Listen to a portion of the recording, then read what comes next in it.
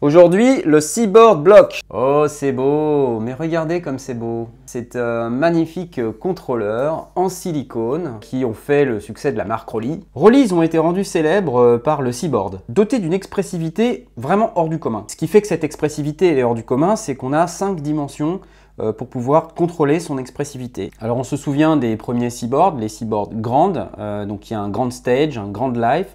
Plus récemment, il y a eu les Seaboard Rise avec la version 25 et la version 49. Et depuis peu, Rollei est arrivé avec une nouvelle gamme de produits appelée Blocks, dans lequel on va retrouver ce Seaboard Block. Ce Seaboard Block, il m'est prêté par le magasin Michno à Nantes. Michno, c'est un grand magasin, 1000 m² d'exposition, où vous allez pouvoir retrouver des batteries, des synthés, du DJ, des pianos, de la batterie. Tout ce que vous pouvez rêver autour de la musique, vous le trouverez chez Michno. Michno, c'est également un site internet, michno.com, et il a également d'excellentes reviews. C'est français, c'est pas plus cher qu'ailleurs. Vous pouvez aller sur leur site, commander, ils livrent dans toute l'Europe, ou aller les voir, parce qu'ils sont hyper cool. Merci Michno! Qu'est-ce qu'on a? Une boîte en plastique, recouverte de cette surface en silicone. Il va y avoir une représentation des touches d'un piano. Donc on va retrouver des touches, do, ré, mi, fa, sol, la, si, do, avec des petits traits blancs pour représenter les touches noires d'un piano. La différence par rapport aux touches d'un piano, c'est qu'évidemment on va pouvoir glisser d'une note à l'autre assez facilement. Et grâce à ces 5 dimensions d'expressivité, on va pouvoir contrôler plusieurs paramètres du son pendant qu'on joue. Sur la face arrière, on va retrouver des connecteurs dits DNA ou ADN. Alors c'est par ces connecteurs que le reste de la gamme Blocks va pouvoir se connecter. Si vous avez un Lightpad ou un Live Block, un Loop Block, un Touch Block, voilà, ça vous permet de connecter tous les blocs entre eux par l'intermédiaire de ces petits connecteurs. Et sur la face avant, on va retrouver un bouton pour l'allumer. Donc là, quand j'appuie dessus, voilà ce qui se passe. Donc il y a une petite LED qui indique le niveau de charge. Là, elle est verte ici. Ce clignotement, il signifie que le Seaboard Block attend d'être appairé en Bluetooth avec soit votre téléphone ou votre tablette ou même votre Mac. On commence par noter que si vous voulez utiliser du Bluetooth MIDI sur PC, c'est pas forcément recommandé par Rollei. Ce qui fait qu'aujourd'hui, le Bluetooth MIDI n'est supporté que sur Mac et sur iOS Android et Android en bêta.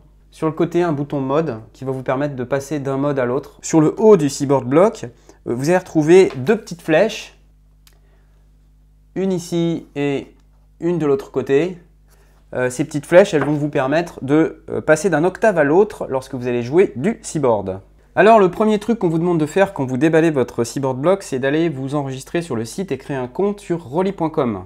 Et ça va vous permettre de télécharger les différents logiciels qui vont aller avec le Seaboard Block. Donc là, je vais avoir tous les logiciels qui sont fournis avec le Seaboard Block que je vais pouvoir télécharger et installer. Vous voyez qu'il y a des versions PC et Windows.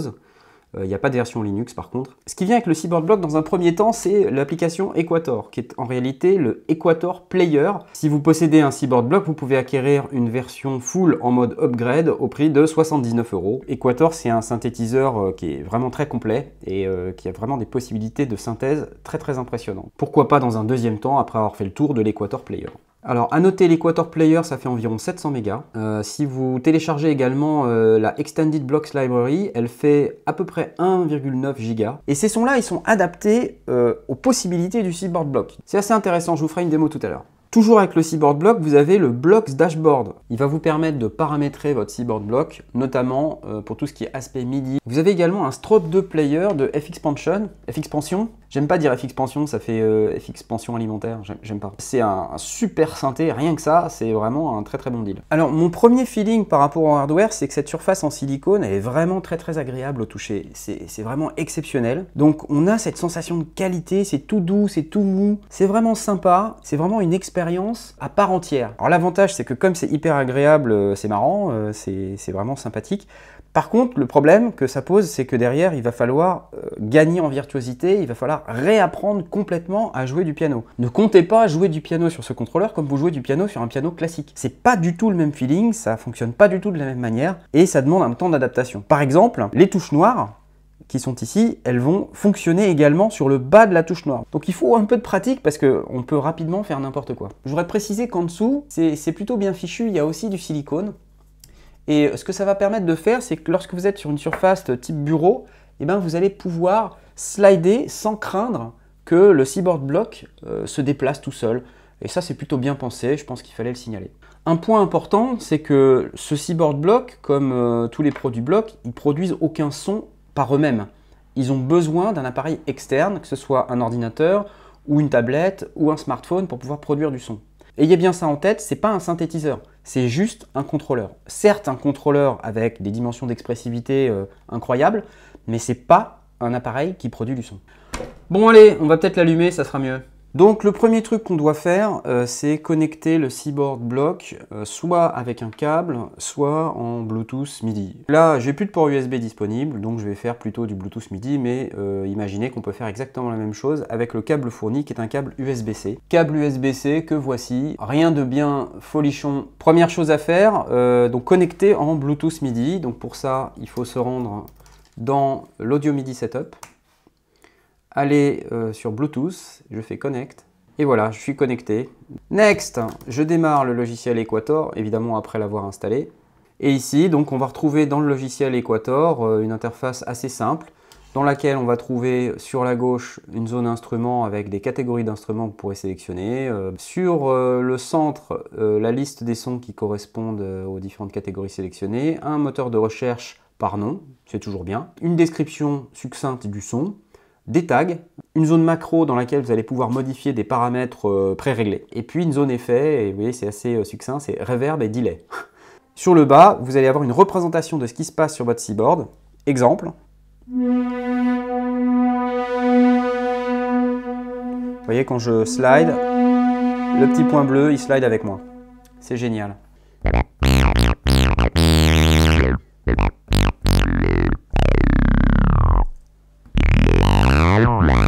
En bas et en haut du Seaboard Block, vous allez retrouver une zone ici qui va vous permettre de glisser. Voilà, c'est la même chose en bas et en haut. Hein. Vous pouvez changer d'octave avec les petites flèches comme j'ai expliqué au début. Super. Donc là par exemple, j'ai le son Funk Voxbox Bass. Vous voyez là, le filtre s'ouvre en fonction de où je suis sur la touche. Ça c'est plutôt cool. Et on peut faire aussi du vibrato.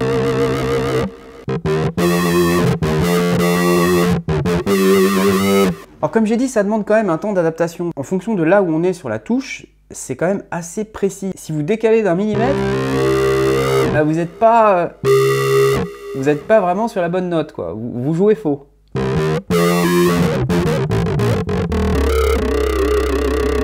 Alors il y a aussi un Rhodes.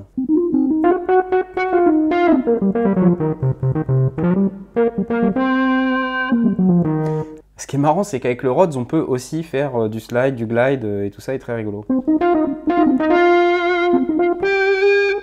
Ce qui est normalement pas possible avec un Rhodes. Donc vous allez pouvoir faire des choses que théoriquement vous n'êtes pas capable de faire avec le vrai instrument. Alors on aime ou on n'aime pas, mais en tout cas c'est une possibilité d'expressivité intéressante. C'est créatif, c'est cool!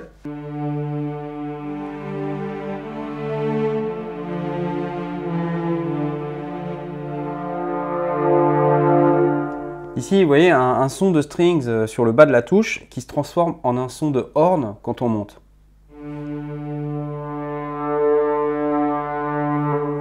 Plutôt cool. Je peux même faire film d'horreur si je veux. Viens avec moi, tu pourras avoir un Seaboard si tu veux, petit, viens. Ah non, mais moi je voulais juste jouer au Pokémon en fait. Mais non, viens, t'auras un Seaboard, viens. Je peux aussi faire éléphant bourré.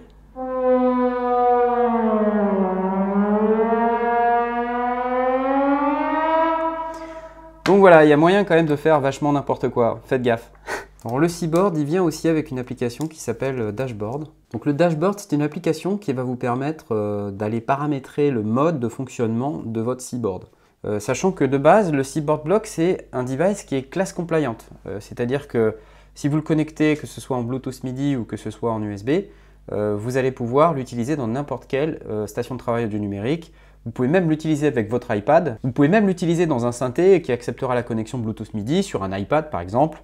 On peut penser à Korg Gadget ou n'importe quel autre synthé qui vous permettra d'utiliser le Bluetooth MIDI. Donc dans le Blocks Dashboard, ici on règle les modes MPE, multi-channel, piano et single channel. MPE c'est une norme qui permet à des instruments qui ont beaucoup de dimensions d'expressivité comme le Seaboard, mais il y a d'autres instruments de ce type-là, de pouvoir véhiculer plus d'informations via plusieurs canaux MIDI. Donc lorsque vous êtes en MPE, le Seaboard Block va émettre énormément d'informations sur plusieurs canaux MIDI. Donc là, vous voyez, il va aller entre les canaux MIDI 2 et 16. Je peux vous montrer ça avec le MIDI Monitor, c'est assez intéressant. Et si on regarde ce qui circule au niveau MIDI, on va se rendre compte que la moindre touche sur laquelle j'appuie, va générer tous ces messages-là. C'est assez énorme.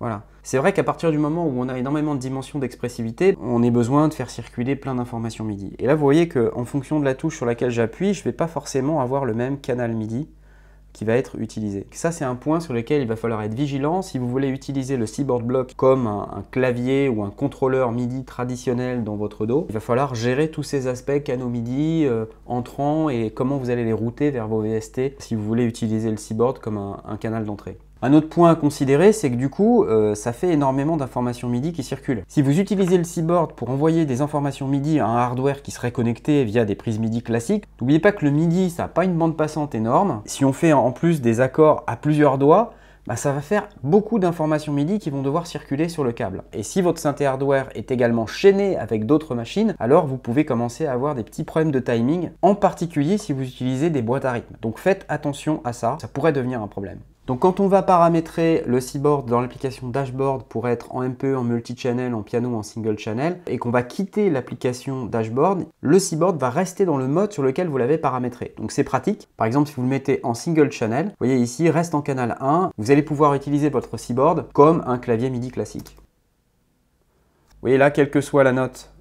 sur laquelle j'appuie, j'ai toujours du canal 1 qui est ici. Alors ce que je trouve dommage ici, c'est que par exemple, on n'a pas dans la version Equator Player la même chose que dans le Equator Full, c'est-à-dire la possibilité d'aller paramétrer la sensibilité des différents degrés d'expressivité, sous forme de courbes, de manière à permettre d'adapter cette sensibilité par rapport à votre jeu, par rapport à vos doigts. Franchement, ça, c'est pas hyper cool. Ça serait quand même bien que dans une mise à jour future, on puisse au moins avoir ça dans la version Equator Player.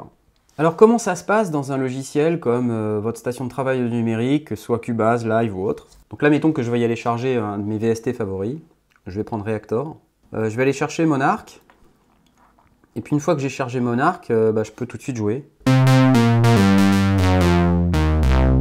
Mais je ne sais pas si vous voyez, ça répond pas au doigt et à l'œil.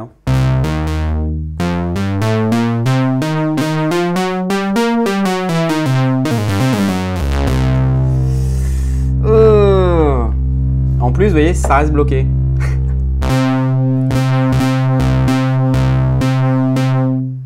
Je pense que peut-être qu'il vaut mieux être connecté par câble. Donc on va faire ça. Donc voilà, là maintenant je suis connecté par câble et je vais voir ce que ça donne.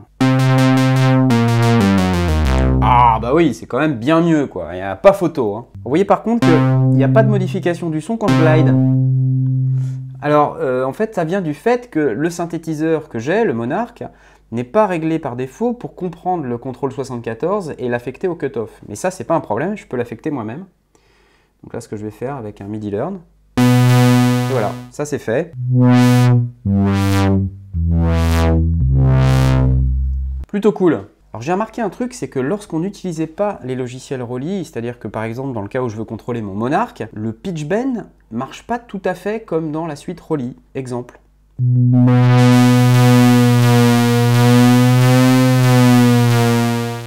Vous voyez qu'il n'y a pas du tout la même amplitude de pitch bend. Et ce, malgré le fait que j'ai paramétré le dashboard pour avoir une amplitude de 48. Du coup, ça empêche les effets de vibrato qu'on peut faire normalement avec les sons qui sont dans la suite Roly, quoi.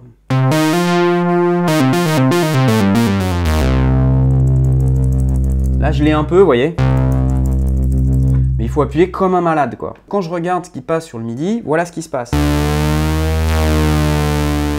Ce qui semble se passer, c'est que le Seaboard Block, il utilise des RPN, c'est-à-dire des Registered Parameter Number, pour aller bien au-delà en termes de sensibilité de ce qu'il est possible de faire avec des paramètres MIDI classiques qui sont codés sur 7 bits, c'est-à-dire 128 valeurs. Peut-être qu'ici, mon live a des problèmes à interpréter ces valeurs et à faire en sorte que le pitch bend soit interprété correctement. Lorsque vous achetez un Seaboard Block, vous avez automatiquement une version de Strobe Player que vous pouvez upgrader à moitié prix, 73 €.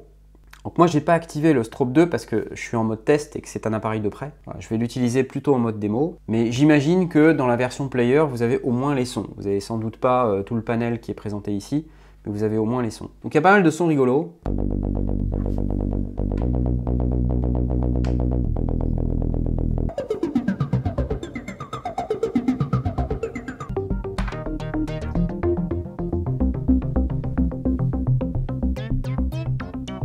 Donc là, vous remarquez que Strobe 2, lui, il comprend le pitch bend. C'est parce que Strobe 2, il est MPE enabled. c'est-à-dire qu'il est capable d'interpréter les informations MIDI évoluées qui sont envoyées par le Seaboard Block. Un truc super cool avec le Seaboard Block, c'est que vous pouvez utiliser une application qui s'appelle Noise et qui est gratuite. Cette appli, vous pouvez vous loguer avec votre Control-I et lorsque vous démarrez l'appli, voilà ce que vous avez. Donc c'est une plateforme qui s'appelle noise.fm sur laquelle vous pouvez écouter les productions des autres utilisateurs de Seaboard ou des autres utilisateurs de Block. Yeah! Ouais, c'est cool ça. Et vous pouvez aussi télécharger ces productions pour éventuellement les remixer, donc un concept assez sympathique. Sinon, dans la zone Create qui est en bas, vous allez avoir la possibilité, une fois que vous êtes là-dedans, de créer vos propres productions. Alors, un truc qu'il faut faire avec Noise, c'est qu'il faut appairer son bloc. Donc là, je vais faire Connect Block, Connect Device. Là, il va me repérer mon Seaboard Block, je vais le connecter. Ici, je suis en mode Song, vous pouvez voir en haut à gauche, mais il y a une zone Instrument et il y a une zone Studio dans laquelle vous allez pouvoir sélectionner le type de son que vous voulez contrôler avec votre Seaboard. Là, par exemple, je contrôle le Happy Bass. Youhou! Donc ça, c'est cool.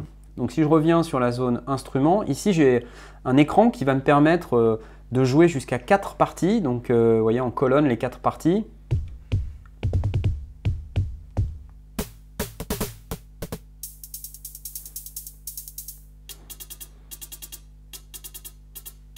Et je vais pouvoir aussi faire ça à plusieurs doigts, bien sûr. Hein.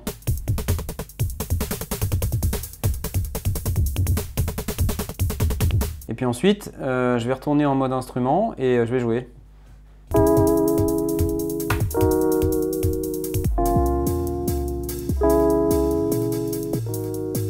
Alors, qu'est-ce que j'en pense globalement? Je pense que c'est un super appareil qui ajoute une dimension d'expressivité qui est rarement égalée dans le domaine. Il existe assez peu d'alternatives, le Seaboard c'est vraiment un instrument à part. Il est quand même assez difficile à jouer, donc il va bien falloir avoir ça en tête lorsque vous voudrez l'acheter. Je vous conseille vraiment d'aller l'essayer en magasin parce que c'est vraiment pas évident du tout de sortir des sons qui sonnent juste. Et donc, ça serait quand même dommage d'acheter un truc et puis finalement vous rendre compte que c'est pas fait pour vous. Moi, je sais par exemple que je vais quand même avoir du mal à jouer avec cet appareil. Déjà, sa taille, pour moi, est quand même assez petite. Il n'y a que 24 touches vagues et moi, j'aimerais bien avoir au moins 49 touches vagues. Donc, ça veut dire qu'il faut que j'en achète 2. C'est ça qui est bien avec le Seaboard ainsi qu'avec tous les blocs, c'est qu'on peut les agencer les uns avec les autres et se monter sa propre config comme ça. Donc, oui, pour le fun, la sensation au niveau du toucher est agréable, même si le fait de faire des petits vibratos comme ça, là, ça finit par faire mal au doigt. J'ai comme une fracture du doigt. Si vous avez l'habitude de jouer avec des instruments type violon, violoncelle et tout ça, ça vous posera absolument aucun problème. En termes de réalisation, franchement, il n'y a rien à dire, c'est vraiment superbe. Évidemment, comme c'est en silicone, ça va attraper la poussière, donc il faut utiliser des tactiques dessus pour pouvoir le nettoyer. Un petit chiffon humide, imbibé d'eau très légèrement et ça fait l'affaire. Le Seaboard Block est donné pour une autonomie de 10 heures. Et là, c'est vrai que ça fait plusieurs heures que je l'utilise et il est encore vert au niveau de sa petite lumière, donc ce qui signifie qu'on n'a vraiment pas beaucoup dépensé de batterie. C'est vraiment très cool. Par contre, il faut le recharger et le rechargement prend jusqu'à 4 heures. Donc ça, c'est vrai que c'est un peu pénible. Enfin, si vous faites ça la nuit, ça se verra pas trop. Donc ça veut dire que vous pouvez l'emmener avec vous en voyage, même quasiment toute la journée. Si vous avez des trains à prendre, des avions à prendre, ou si vous êtes dans le métro, ça prend pas beaucoup de place. Ça rentre dans un backpack sans aucun problème. Ça pèse pas très lourd, ça pèse genre 600 grammes. Franchement, voilà, que demande le peuple, c'est un super appareil. Voilà, pour ça c'est cool. En plus, ça peut marcher avec votre iPad ou avec votre smartphone. Quand même une solution de musique portable mobile ultime, avec une expressivité quand même hors du commun. Donc ça, franchement, magnifique. Bon, ensuite, comme d'habitude, hein, vous vous doutez bien que tout n'est pas parfait et que je ne vais pas vous dire que tout est parfait. Le logiciel relie donc le Equator Player. Déjà, dans un premier temps, ça m'ennuie quand même qu'on puisse pas régler la sensibilité du Seaboard dans l'Equator Player et qu'il faille avoir la version full pour pouvoir régler cette sensibilité. Ça, franchement, je trouve ça pas normal, voire limite inacceptable. Donc franchement, je lance un appel chez Roly, s'il vous plaît, que vous voyez en termes de sensibilité, on doit quand même appuyer très très fort et c'est ça qui fait mal au doigt. Et je trouve qu'on gagnerait à pouvoir régler cette sensibilité même si on n'a pas acheté la version full d'Equator, quoi. Message, l'intention des organisateurs. Voilà, et dans la doc, c'est pas très clair. Deuxième truc auquel il faut faire un tout petit peu attention, qui n'est pas vraiment un gros défaut, mais quelque chose auquel vous devez faire attention, si vous voulez utiliser le Seaboard Block comme un contrôleur pour votre station de travail audio numérique et piloter des VSTI, alors vous aurez sans doute ce problème d'interprétation des RPN et des NRPN. Donc là, il faut vous assurer que dans votre station de travail audio numérique, vous serez à même d'interpréter notamment le pitch bend et les autres valeurs qui sont transmises par le Seaboard Block out of the box. Parce que c'est pas forcément inné. Hein. Le fait de ne pas avoir le support du Bluetooth MIDI sous Windows, ça peut éventuellement en arrêter quelques-uns. Alors vous me direz, quand on utilise le Bluetooth MIDI, moi je fais pas forcément confiance à cette technologie pour vraiment faire de la musique de manière sérieuse. C'est vraiment si vous voulez vous connecter comme ça, dans le train, dans l'avion, dans le métro, c'est pratique. Si vous voulez faire de la musique sérieusement, je pense que vous connecter par un câble, c'est quand même bien meilleur. Donc finalement, quelque part, ça devrait pas être trop un problème. Mais c'est quand même à savoir. Sur michno.com, ce Seaboard Block, il est au prix de 329 €. Ils l'ont en stock en plus, la preuve c'est qu'ils me l'ont prêté. Si vous regardez les Seaboard Rise, notamment la version 25 notes, donc c'est approximativement la même chose, si ce n'est qu'il y a un bout de contrôleur en plus sur la gauche, c'est quand même 849 €. N'oublions pas que ces versions Seaboard Rise, ils viennent aussi avec une suite logicielle mieux achalandée, mais si vous cherchez uniquement le degré d'expressivité que vous apporte le Seaboard Block, alors 329 €, je pense que compte tenu du prix des autres Seaboard, ça reste quelque chose de raisonnable. Donc oui, je vous conseille de l'acheter, honnêtement, c'est bien. Donc même si le logiciel est encore perfectible, il est quand même bien exploitable, il est bien achalandé, il y a des beaux sons qui sont bien designés pour exploiter les possibilités du Seaboard Block. Donc c'est pas mal. Forcément, ça ne peut que s'améliorer. Donc moi je dis, pour 329 €, on prend pas énormément de risques. C'est une somme certes, mais ça reste abordable. Bon bah c'est cool, hein.